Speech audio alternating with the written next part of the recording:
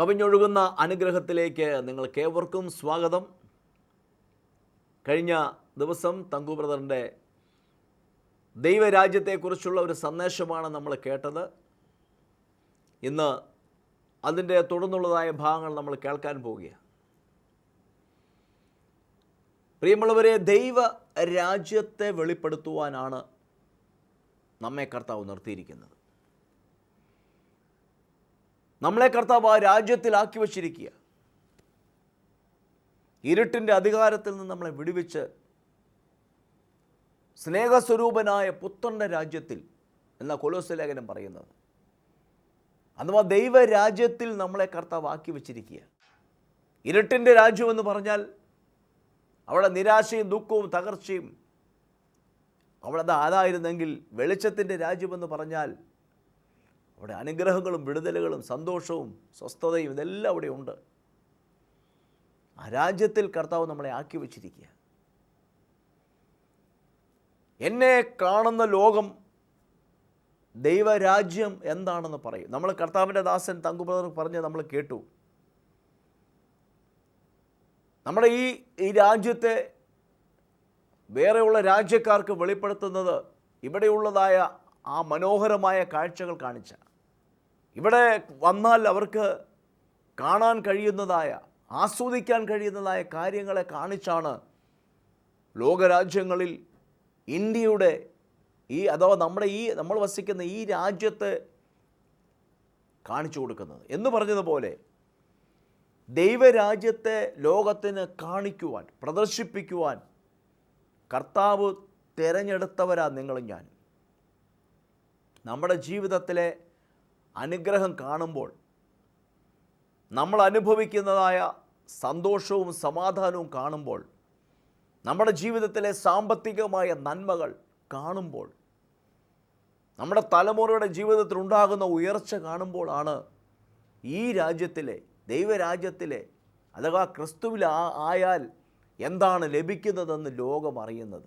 അതിന് തിരഞ്ഞെടുക്കപ്പെട്ടവരാണ് നമ്മൾ. അതുകൊണ്ട് യേശുവുള്ള നമ്മുടെ ജീവിതത്തിൽ ചെറിയ പ്രയാസങ്ങൾ, പ്രശ്നങ്ങളൊക്കെ വരാം. പക്ഷേ അതൊന്നും തകർച്ചയ്ക്കല്ല, അടുത്ത പടി നന്മയ്ക്ക് വേണ്ടിയാണ്. നമുക്ക് വിശ്വാസത്തോടെ ഇന്നത്തെ വചനത്തിലേക്ക് പ്രവേശിക്കാം. കർത്താവ് അനുഗ്രഹിക്കട്ടെ. The whole preaching of Jesus, യേശുവിന്റെ പ്രസംഗം മുഴുവൻ is about the kingdom. അത് രാജ്യത്തെക്കുറിച്ചാണ്. The kingdom of God is like a seed. The kingdom of God is like a man who found a treasure. ദൈവരാജ്യം ഒരു വിത്തിന് സദൃശ്യം. ദൈവരാജ്യം ഒരു നിധി കണ്ടെത്തിയ മനുഷ്യന് സദൃശ്യം. He sold everything joyfully. അവൻ സന്തോഷത്തോടെ തനിക്കുള്ളതെല്ലാം വിറ്റ് കളഞ്ഞു. ഈ നിധി കണ്ടെത്തിയവർ ഇവിടെ ഇരിപ്പുണ്ടോ? അവിടെ ഉണ്ടോ? നിധി കണ്ടെത്തിയവർ എത്ര പേരുണ്ട്? എത്ര പേര് ഉള്ളത് മുഴുവൻ സന്തോഷത്തോടെ വിട്ടേച്ച് കർത്താവിന്റെ അടുക്ക വന്നേ? യേശു ആണ് നിധി എന്ന് പിടികിട്ടിയവർ, യേശുവിലൂടെ ദൈവരാജ്യത്തിന്റെ നിധി കണ്ടവർ ഒരിക്കലും പറയത്തില്ല, തങ്കു ബ്രദറെ ഇത്ര നാളായിട്ട് എൻ്റെ അവസ്ഥ മാറിയില്ല. അവസ്ഥ മാറാത്തതിൻ്റെ കാരണമുണ്ട്, അറിവില്ലായ്മയാ. അറിഞ്ഞാൽ എന്നെ തന്നെ ഞാൻ സൂക്ഷിക്കും. And you will be amazed. നിങ്ങൾ അത്ഭുതപ്പെടും. അസൂയപ്പെടുന്ന പോലെ ദൈവം നിങ്ങളെ ഉയർത്തും.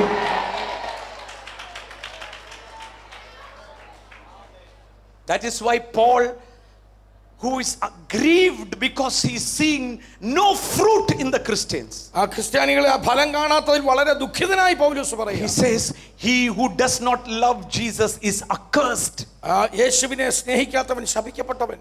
Hallelujah. Hallelujah. You are not loving him and entering the kingdom.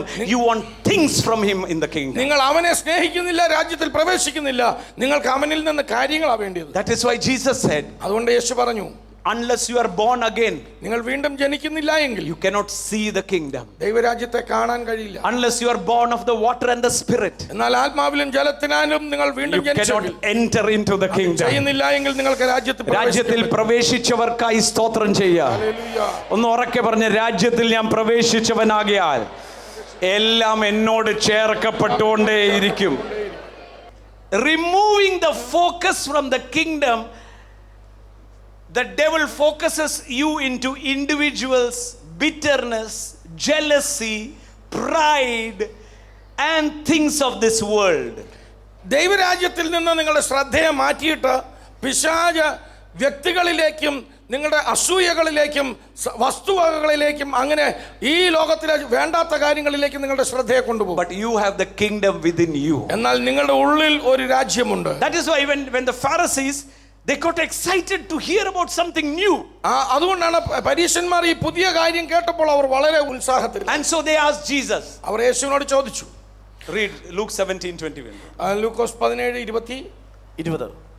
ദൈവരാജ്യം എപ്പോൾ വരുന്നു എന്ന് പരീശന്മാർ ചോദിച്ചതിന് എപ്പോഴാ വരുന്നേ?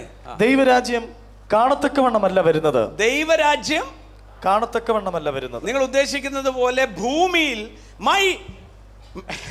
my kingdom is not of this world.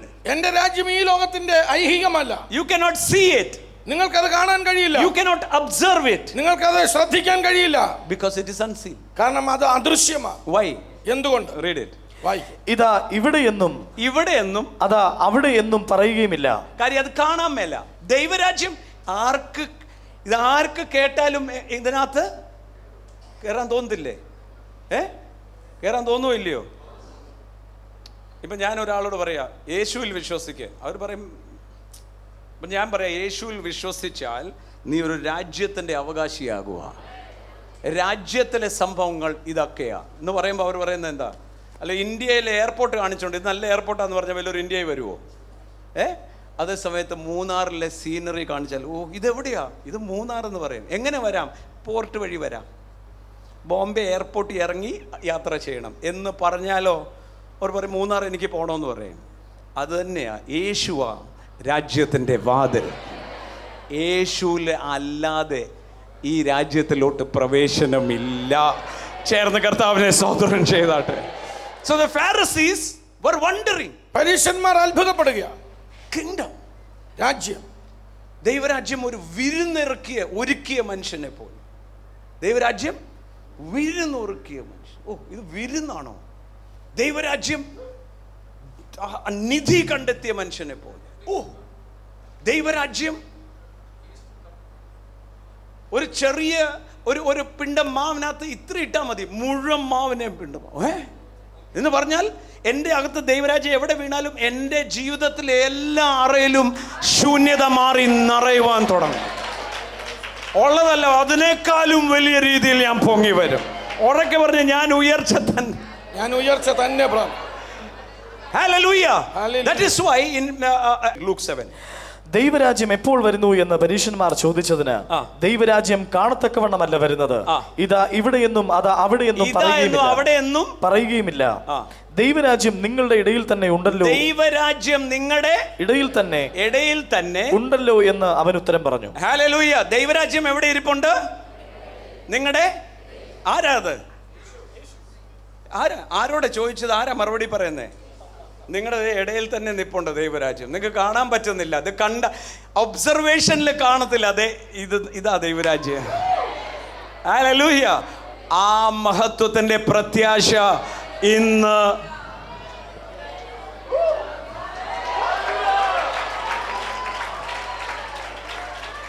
അതുകൊണ്ടാണ് ധൈര്യമായി നമുക്ക് പറയാൻ പറ്റണം, എന്നെ നോക്ക്, ഞാൻ വന്നപ്പോൾ ഇങ്ങനെയായിരുന്നു, പക്ഷെ ദൈവരാജ്യത്തിൽ പ്രവേശിച്ചതോടെ എൻ്റെ അവസ്ഥകൾ മാറുക തന്നെ ചെയ്തു.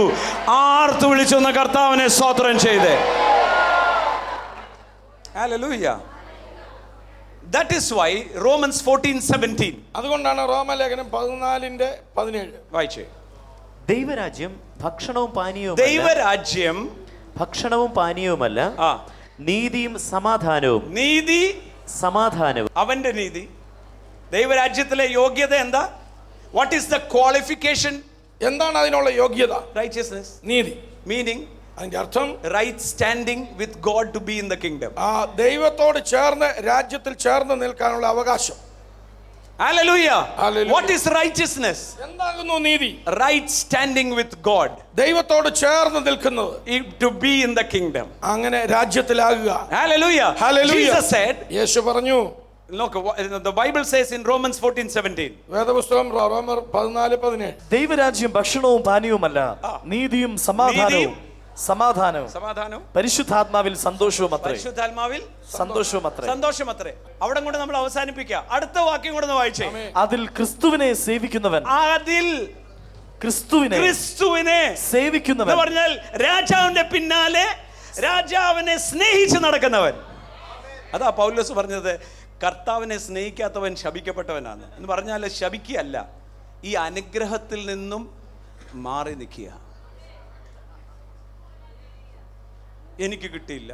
അതാ ദൈവരാജ്യത്തിൻ്റെ ഏറ്റവും വലിയ തത്വം എന്താണെന്നറിയോ? ഉള്ളതിൽ സന്തോഷിപ്പേ, നന്ദിയുള്ള ഹൃദയം. അതാ ഇളകാത്ത രാജ്യം പ്രാപിച്ചിരിക്കാൻ നിങ്ങൾ നന്ദിയുള്ള ഹൃദയമുള്ളവർ. എങ്ങനെയായിരിക്കണം? കർത്താവെ, ആരോഗ്യം തന്നതിനായി സ്തോത്രം. ദൈവരാജ്യം ഭക്ഷണവും പാനീയവുമല്ല, നീതിയും സമാധാനവും പരിശുദ്ധാത്മാവിൽ സന്തോഷവും. അങ്ങനെ ക്രിസ്തുവിനെ സേവിക്കുന്നവർ, അതിൽ ക്രിസ്തുവിനെ സേവിക്കുന്നവൻ ദൈവത്തെ പ്രസാദിപ്പിക്കുന്നവനും മനുഷ്യർക്ക് കൊള്ളാകുന്നവനും തന്നെ. മനുഷ്യർക്ക് കൊള്ളാകുന്നവനും തന്നെ. For he who serves Christ in these things is acceptable to God and approved by men. മനുഷ്യനാൽ അംഗീകരിക്കപ്പെട്ടവനുമാകും. Hallelujah. Approved by men. മനുഷ്യനാൽ അംഗീകരിക്കപ്പെട്ടവർ. When you walk in the kingdom, നാം ദൈവരാജ്യത്തിൽ നടക്കുമ്പോൾ you don't have to walk pleasing men. മനുഷ്യനെ പ്രസാദിപ്പിച്ച് നടക്കേണ്ട ആവശ്യമില്ല.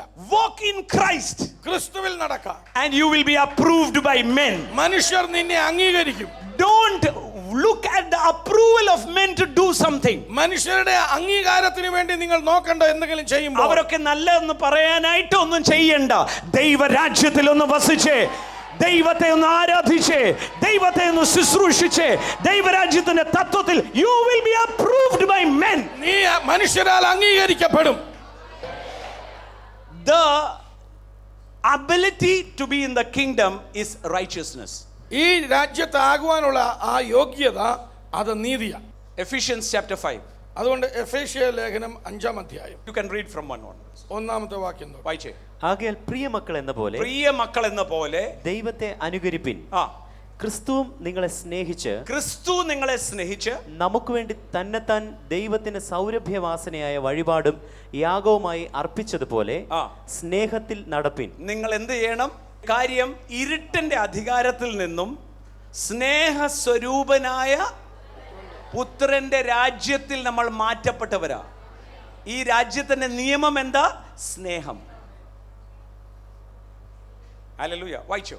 ദുർനടപ്പും യാതൊരു അശുദ്ധിയും അത്യാഗ്രഹവും. ദുർനടപ്പ് നിങ്ങളുടെ ഇടയിൽ പേർ പറക പോലും അരുത്. പേര് പോലും പറയരുത്. കാര്യം എന്താ? ഇത് രാജ്യത്തിലുള്ളതല്ലെന്ന്. നിന്നെ നരകത്തിലിടൂന്നല്ല അവിടെ എഴുതിയിരിക്കുന്നത്. രാജ്യത്തിൽ നീ പോലും ഉദ്ദേശിക്കാത്ത കാര്യങ്ങൾ ചേർക്കപ്പെടാനായിട്ട് ഈ രാജ്യത്തിൽ ദുർനടപ്പ്, സകല ശുദ്ധിയും. വായിച്ചേ. അത്യാഗ്രഹം നിങ്ങളുടെ ഇടയിൽ. അത്യാഗ്രഹമാണ് സ്വാർത്ഥത. എനിക്ക് അതൂടെ കിട്ടണം. ദൈവരാജ്യത്തിന്റെ സർക്കാർ, ആധിപത്യം, the government will be upon his shoulder.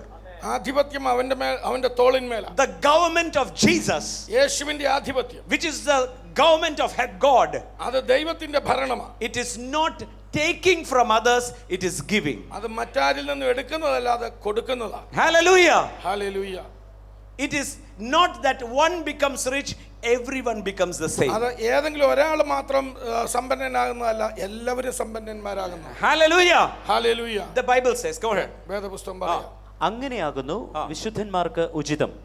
ചീത്തത്തരം, പൊട്ടച്ചൊൽ, കളിവാക്ക്, ഇങ്ങനെ ചേർച്ചയല്ലാത്തവ ഒന്നും അരുത്. സ്തോത്രമത്രേ വേണ്ടത്. എന്നാ വേണ്ടിയത്? സ്തോത്രമത്രേ വേണ്ടിയത്. ദുർനടപ്പുകാരൻ, അശുദ്ധൻ, വിഗ്രഹാരാധിയായ ദ്രവ്യാഗ്രഹി, ഇവർക്ക് ആർക്കും ക്രിസ്തുവിന്റെയും ദൈവത്തിന്റെയും രാജ്യത്തിൽ അവകാശമില്ല എന്ന് നിങ്ങൾ അറിയുന്നുവല്ലോ. Hallelujah. The Bible says don't.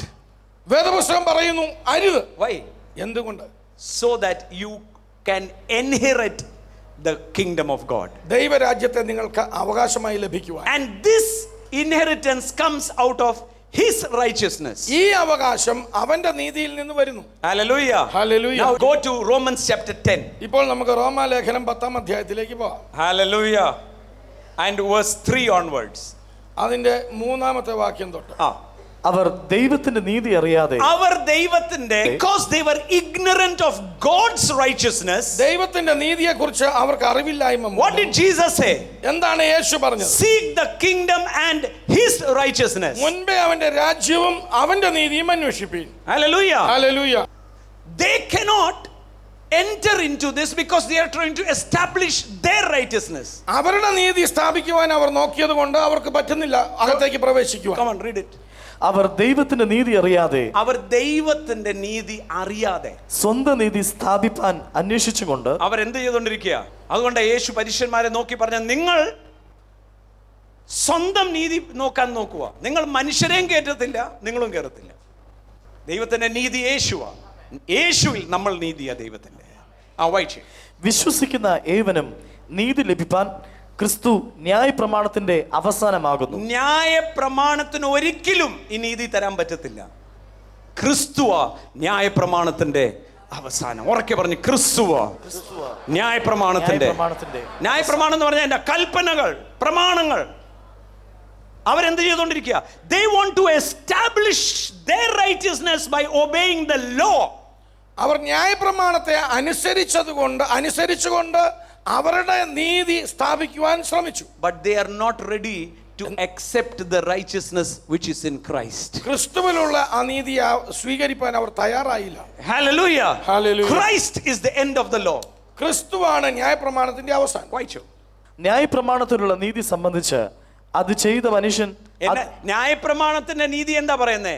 അത് ചെയ്ത മനുഷ്യൻ ചെയ്തൊന്നും അവിടെ എത്താൻ പോകുന്നില്ല.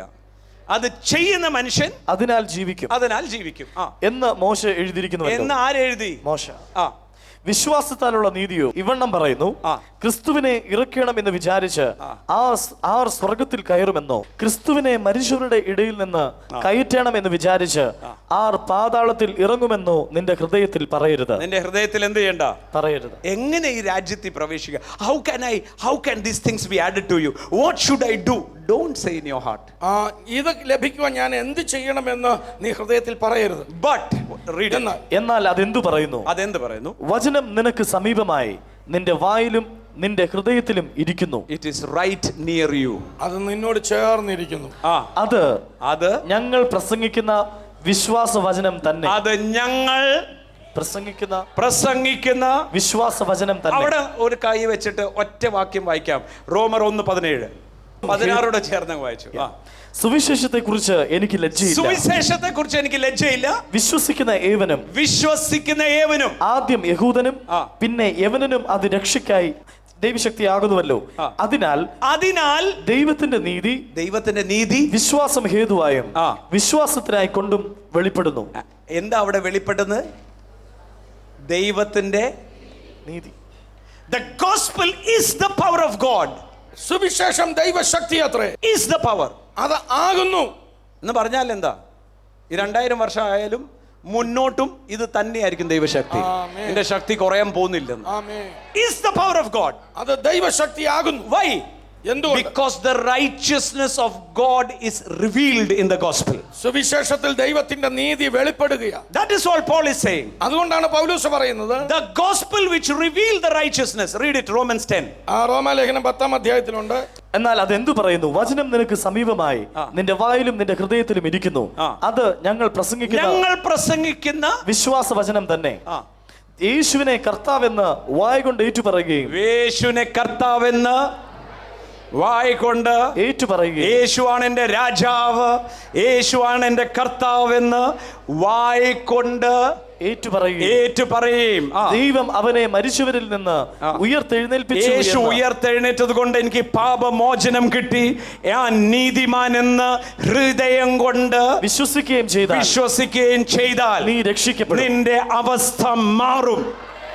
കാര്യം നീ ഇരുട്ടിന്റെ അധികാരത്തിൽ നിന്നും പുത്രന്റെ സ്നേഹിതനായ പുത്രന്റെ രാജ്യത്തിൽ മാറ്റപ്പെടും. ചേർന്ന് കർത്താവിനെ സ്തോത്രം ചെയ്താട്ടെ.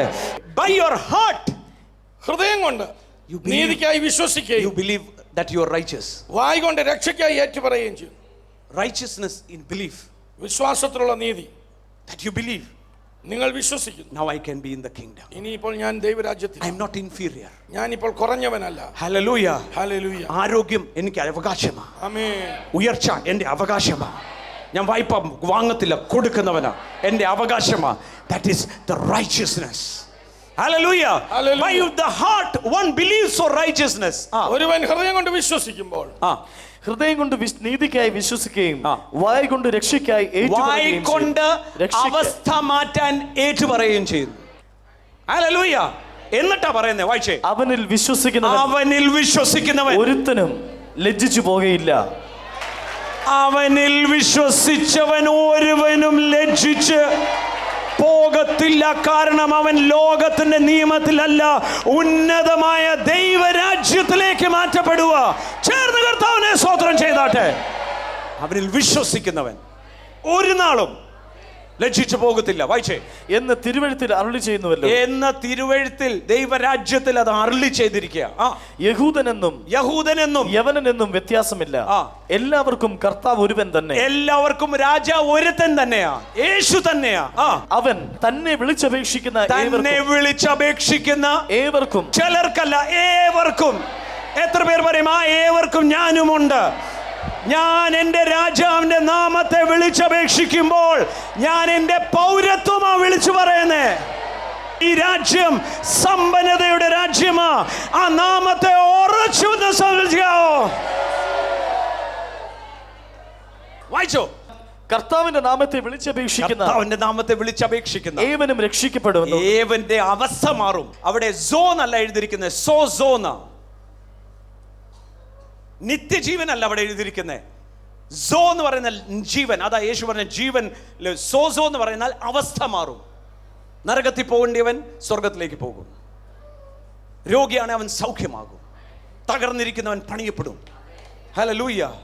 എന്നിട്ട് പറയാം, നമ്മുടെ പുരോഹിതനോ യഹൂദ ഗോത്രത്തിൽ നിന്ന് അത്രേ.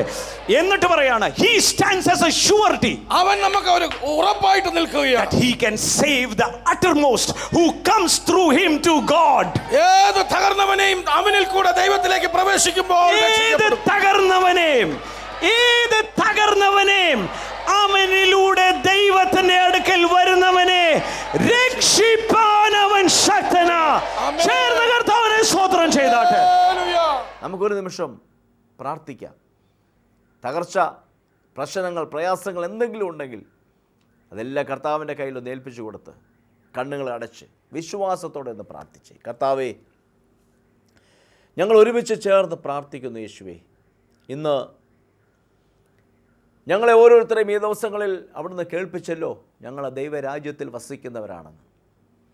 ഈ രാജ്യത്തിൻ്റെ അനുഗ്രഹം എന്താണെന്ന് ലോകത്തിന് കാണിച്ചു കൊടുക്കുവാനാണല്ലോ ഞങ്ങളെ തിരഞ്ഞെടുത്തത്. യേശുവേ, ആ രാജ്യത്തിലെ അനുഭവങ്ങൾ അനുഭവിക്കുവാൻ ഞങ്ങളുടെ ദൃഷ്ടിയെ പ്രകാശിപ്പിക്കണം.